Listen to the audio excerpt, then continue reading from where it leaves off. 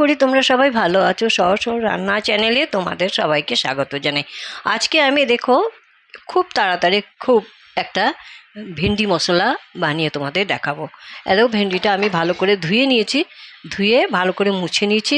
এবার আমি একটু পিস পিস করে এটাকে একটা ভেন্ডিকে দুটো করে পিস করে কেটে নেব। হ্যাঁ, এই দেখো এইভাবে, ছোটো তো একটু ছোট বলে ওই জন্য এইভাবে আমি এরকম দুটো দুটো করে পিস করে আমি কেটে নেব। সব ভেন্ডিগুলোকে এইভাবে আমি সব ভেন্ডিগুলোকে পিস করে কেটে নেব। দেখো আমি সব কিন্তু কেটে নিয়েছি। হ্যাঁ, আমি একটা কড়াই বসিয়ে দিয়ে দিলাম, আমি তেল দিয়ে দিয়েছি একটু, দিয়ে আমি আগে প্রথমে ভেন্ডিগুলো ভেজে নেব, হালকা হালকা ভেজে নেব। হ্যাঁ,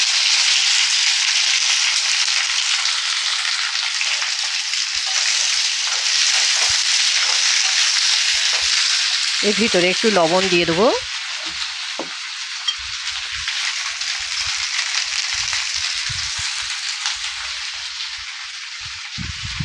আর এই একটুখানি হলুদ দিয়ে দেবো, অল্প একটু হলুদ দিয়ে দেবো, পরে আবার দেবো মশলা, তখন আবার এখন একটু হালকা ভেজে নিই, একটু কম আঁচ করে একটু ভেজে নিই।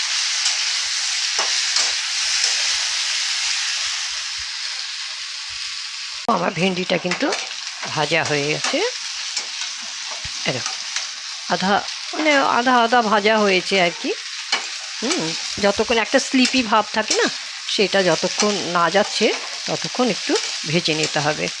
এই দেখো আমি এটা ভেজে এবার আমি একটু এটা নামিয়ে নিচ্ছি।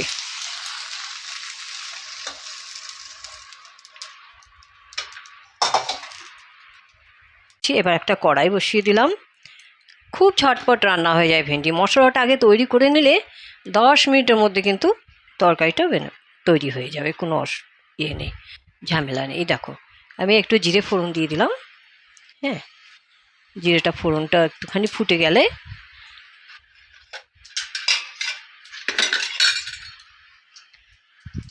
এই দেখো এবার আমি এই পেঁয়াজ বাটাটা দিয়ে দিচ্ছি, বাটা নয় আমি চপ করে নিয়েছি, চপ করা পেঁয়াজটা দিয়ে দিলাম।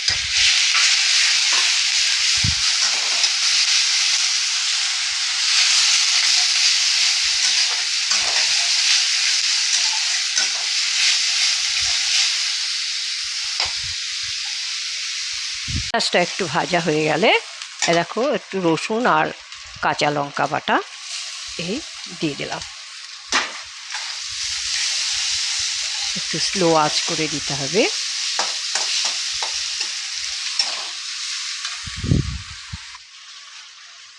এবার দেখো একটু ভাজা হয়ে এলে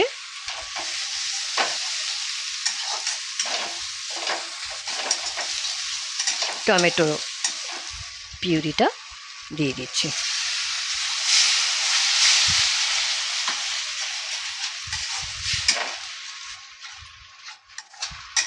যতক্ষণ এর টমেটোর গন্ধটা চলে না যাবে একটু নেড়ে চেড়ে তৈরি নিতে হয়। খুব তাড়াতাড়ি কিন্তু হয়ে যায়, মশলাটা ওগুলো ঠিক করে তৈরি থাকলে রান্না করতে একদম 10-15 মিনিটের ভিতরেই তৈরি হয়ে যায়। এরকম এবারে আমি কি করবো বলো, এবারে এই যে একটুখানি টক দই নিয়েছি 2 চামচ। হ্যাঁ, 2 চামচ টক দইয়ের ভিতরে এই 1 চামচ ধনের গুঁড়ো, 1 চামচ এই যে জিরার গুঁড়ো, এই আমি লঙ্কা তো ওখানে কাঁচা লঙ্কা দিয়েছি, আর এখানে অল্প একটুখানি লঙ্কার গুঁড়ো দিলাম। হ্যাঁ, এইসব দিয়ে আমি এটাকে একটু ফেটিয়ে নেব। আমি এই দেখো একটা সব মশলাগুলো দিয়ে একটা পেস্ট বানিয়ে নিয়েছি, এই মশলাটা এবার দিয়ে দিচ্ছি।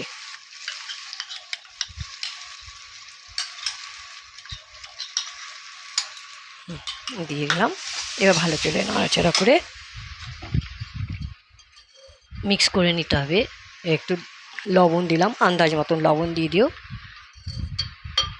হ্যাঁ না, 1 চামচ লবণ দিয়ে দিলাম।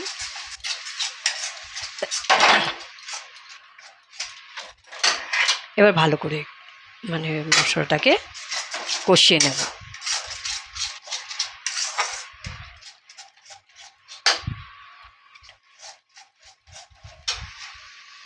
মশলাটা আমার অনেক কষানো হয়ে গেছে। এবারে দেখো আমি এই ভেন্ডিগুলো সব দিয়ে দিচ্ছি।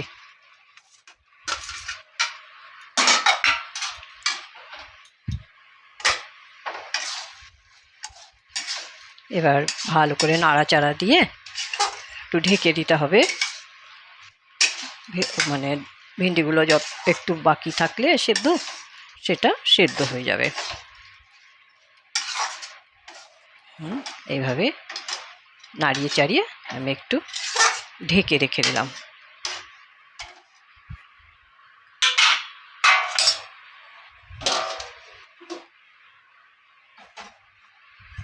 দেখো এটা মাঝে মাঝেই কিন্তু মানে খুলে নাড়িয়ে চাড়িয়ে নিতে হবে, হ্যাঁ না, উল্টোপাল্টা করে ভালো করে এটাকে কষিয়ে নিতে হবে।